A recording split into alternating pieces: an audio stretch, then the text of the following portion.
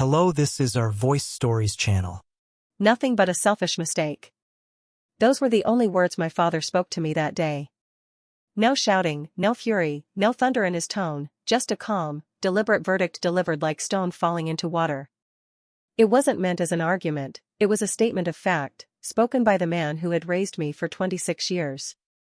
My name is Sydney, and until that moment, I believed the worst pain my family could inflict on me was their indifference, the coldness of being ignored.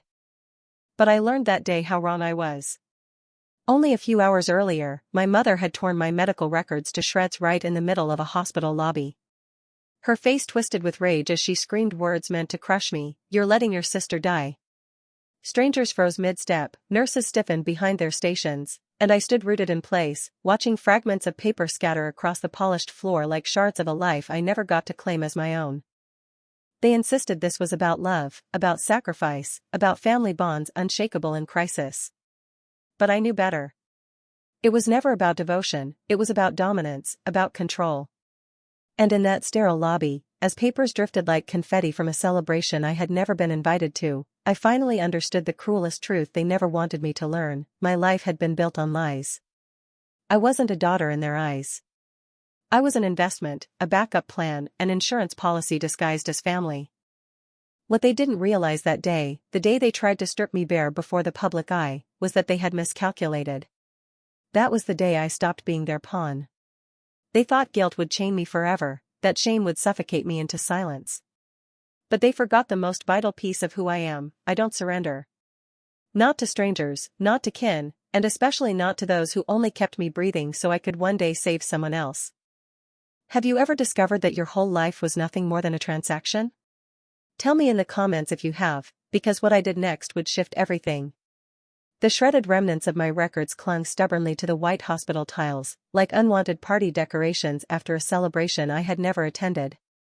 My mother stood over me, chest heaving, fury radiating off her in waves strong enough to melt steel. "Do you think you get to sit there and act like a victim?" She spat, her voice slicing through the heavy silence of the lobby like broken glass. "Your sister is dying, Sydney. Dying. And you're doing nothing. Nothing at all." Her accusations weren't new. I'd been hearing variations of them for years. Every syllable sharpened long ago, honed into knives that fit perfectly between her lips. Through the glass wall of room 311, my sister Vera lay propped against hospital pillows, fragile and pale. Chemotherapy had stripped her of her hair, but not of the arrogance she wielded like a crown. Her lips curved into that familiar smirk, the one that reminded me of a queen surveying her captive subjects. For a split second, I wanted to believe she might offer something real, softness, maybe, or humanity. Instead, her eyes said everything: "I'm still the center, and you'll always revolve around me." I bent down and gathered scraps of the ruined file. Not out of guilt, not because I wanted to undo what my mother had destroyed, but because those papers mattered. They were facts, evidence, something solid in a world where every bedtime story I'd been fed growing up had been twisted into fables meant to keep me obedient. "I didn't raise you to be this cold, this ungrateful," my mother hissed, lowering her voice, as if volume could turn cruelty into virtue. "We gave you everything." I looked straight at her, refusing to blink. "No. You gave me what you thought I owed you for." For the first time, she faltered. Silence stretched between us, not a silence of peace or understanding, but a hollow void where her fury had nowhere left to strike. And then, as if to prove her power wasn't gone, she screamed again, "You're letting your sister die." The words ricocheted against the gleaming lobby walls, loud enough to freeze a nurse by the vending machine and make a security guard glance over from his post. I felt the shame crawl across my skin like something alive, but I didn't flinch. I didn't cry. I didn't move. Because I knew better now, this wasn't grief. It was performance, pure theater, staged for maximum humiliation. And I wasn't going to give her the encore she wanted. Through the window, Vera tilted her head just enough for her lips to twitch upward. That slight curl was all she needed. It was ownership. She didn't need dialogue because the script had been etched long ago: Vera wins, Sydney yields. But not today. I walked out of the lobby with the weight of 100 eyes digging into my back. Not one person spoke up. Not one dared to intervene. That's the thing about scenes like this, they don't just degrade you, they isolate you. And isolation was the language my family had always spoken fluently. At the far end of the corridor, the clock above the elevator read 10:42 a.m. I remember it vividly, because in that moment a terrifying and liberating thought struck me: this was when everything broke. Not when they screamed, but when I didn't. I hadn't yelled. I hadn't collapsed. I had simply walked away. And in doing so, I finally grasped something sharp and undeniable: they weren't fighting to save Vera. They were fighting to prove they still controlled me. I found refuge in a quiet corner near the consultation lounge, heart pounding like artillery fire. Pulling out my phone, I scrolled to the email I had buried months earlier. National donor match results. Confidential. The date, 6 months ago, the day I had taken the test voluntarily, before anyone asked, back when I naively believed silence was the same as peace. The message was merciless in its clarity: no biological compatibility detected. Not partial, not marginal, nothing. I wasn't a match. They could have known, had they bothered to ask. But why ask when assumption makes a stronger leash? I hit forward, entered one recipient, Dr. Anders. Subject line: reconfirming non-compatibility for records. I CC'd my attorney, Helen a lie, because if this circus turned legal, I wanted armor before the first bullet was fired. My gaze lingered on the signature block at the bottom of that email: Natalie Hale. Not Vera's sister. Not Daphne's daughter. Just me. And for the very first time in my life, it felt less like a deficiency and more like a declaration. When I finally lifted my eyes from that email, Dad was there. He hadn't stormed into the room, hadn't barked my name or demanded an explanation. He simply stood a few feet away, broad shoulders squared, as though he expected reverence from anyone who crossed his line of sight. He had always carried himself like a man owed respect by virtue of existence. He didn't call me Sydney. He never did. His voice emerged flat, detached, as though reciting the weather. You're just a selfish mistake. No venom. No heat. Just cold fact, steady and inevitable, like a forecast no one can change. Somehow that hurt worse than rage could have. I didn't break. I didn't cry. I didn't ask him to explain, because to question him would have been to dignify his cruelty with disbelief. Instead, I let his words coat my skin like wet cement, thick, heavy, beginning to harden. But even then, it wasn't pulling me down. Not this time. Behind him, Vera's hospital room glowed under fluorescent lights like a stage. She didn't move or blink, her gaze fixed on me with the smug air of a queen overseeing her pawns. I sidestepped, making sure not to brush against my father's arm. Once, that avoidance might have been an act of rebellion. Now it was survival, choosing oxygen over suffocation. By the time I reached the dim parking garage, my chest was constricted, but my thoughts were razor-sharp. I had 5 minutes before the rideshare arrived. 5 minutes to open the Notes app on my phone and type 3 lines that felt sacred. Tested October 19th, results received October 24th. Not a match. My fingers hesitated only briefly before I added, you cannot donate what you don't have. You cannot love where you're not allowed to exist. And you cannot stay where you were never truly invited. I pressed save. My hands didn't tremble. Not anymore. This wasn't about refusal, it was about proof. Evidence that I wasn't the villain they craved me to be. Soon enough, the world would know it too. When I stepped out of that hospital, I thought the worst was behind me. I believed the truth in my phone, sharp and undeniable, would finally be enough to stop the bleeding. But I was wrong. 2 hours later, a message from Dr. Anders appeared: need to clarify an inconsistency in your file. Can you return today? The politeness in the wording didn't disguise the urgency pulsing underneath. My stomach clenched into a fist, but my reply was immediate: on my way. By the time I walked back into his office, the fluorescent lights felt harsher than before, stabbing down from the ceiling like interrogation beams. He sat behind his broad oak desk, fingers laced, a manila folder open before him like an unhealed wound. Miss Hale, he began, voice professional but weighted with unease, before we continue, I need to confirm something. When was your last genetic screening? I frowned. October. For the donor test. You already have the results. He tapped his pen against the monitor and nodded slowly. That's the problem. Our system shows two sets of data, yours and Vera's. And they don't align.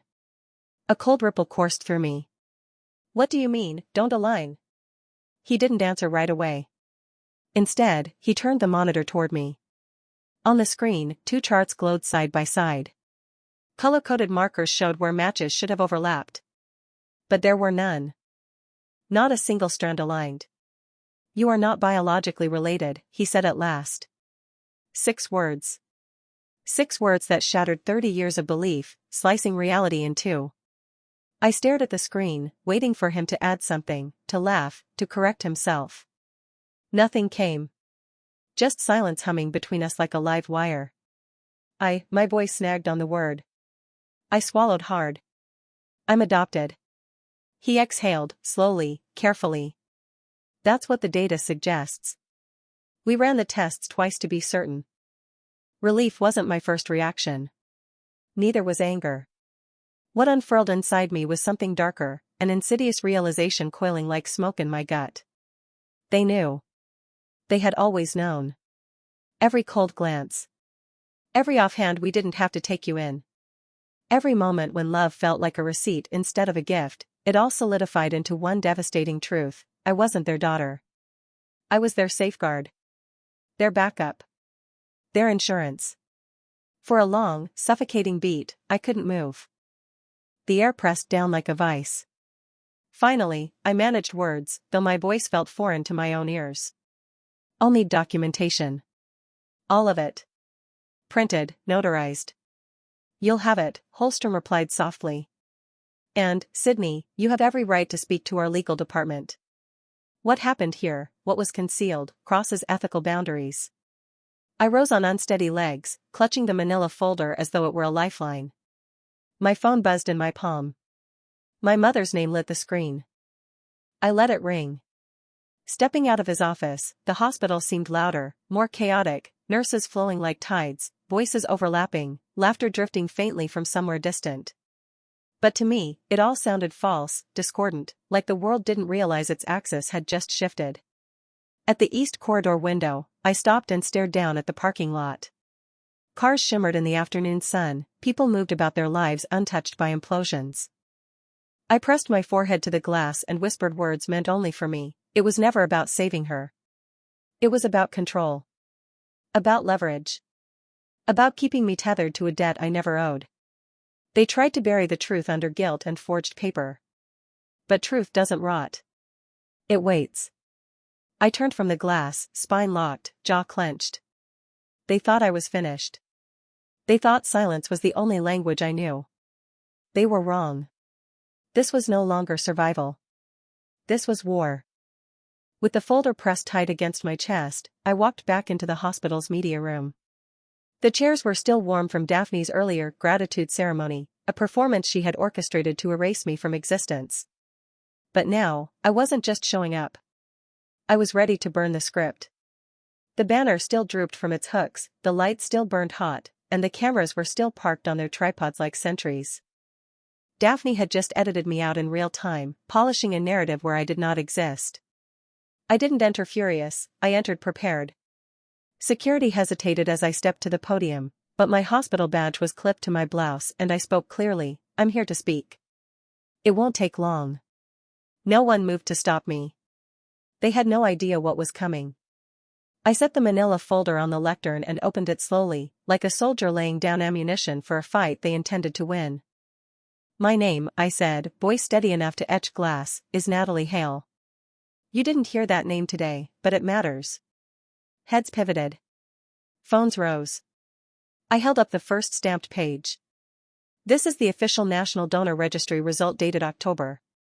It states I am not a match for Lila Hale. I lifted a second sheet. This is a forged consent form, filed under my name without my knowledge. My fingertips tapped the folder's spine. And this is proof my mother received those results 6 months ago and concealed them from every physician in this building. A ripple tore through the room like an aftershock. Flashbulbs popped. I was adopted, I said, plain as gravity. I was never told. They brought me here under the assumption I could save someone who spent years breaking me. And when that failed, they tried to use my body to cover their lie. Behind me came the sharp crack of Daphne's composure snapping. She stumbled forward, voice honed to slice through static. Lies, she's unstable. This is vengeance. I turned, stone calm. No. This is documentation. I raised the stamped page again, its blue seal catching the stage lights. Unlike the fake signature you submitted, this one survives in court. More flashes. A voice from the press cut across the murmur. Do you want revenge or justice? I didn't blink. Neither, I answered. I want no more silence. I stepped down with the folder in hand. Behind me, Daphne collapsed. The thud of her body meeting the floor sucked the noise out of the room. Tobias lunged toward her, shouting, his words swallowed by the crowd's rising roar. On the monitor, Vera's live feed snapped to black. The cameras tracked me as I walked out, my heels pinning hard, each click like small caliber fire across tile. No one tried to intercept me, because they couldn't. Not anymore. Sunlight hit as I reached the pavement, and for once my hands were steady. They didn't shake when I called Laura. Send it all, I said. Every file, every photo, every timestamp, press first, then legal. She exhaled sharp on the line. You just blew the roof off, Sid. Good, I said. Let them choke on daylight. For the first time in my life, the truth wasn't buried or bartered. It was loud. It was permanent. And it belonged to me. 7 days have passed since that press conference. 7 days since my name stopped living as a whisper and started living as a headline. Adopted daughter exposes consent forgery in organ donation scandal.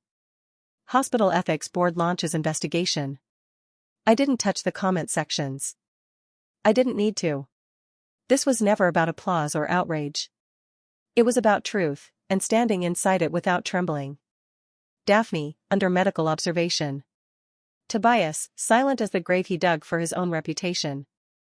Vera, discharged yesterday, no Instagram sermons, no curated Bible verses, just digital quiet. And me, I sat on my balcony this morning with coffee black as midnight while the city thrummed beneath me, and for the first time in years, the air felt like it belonged in my lungs. Later, the hospital's legal office called. The voice on the line was composed, almost apologetic.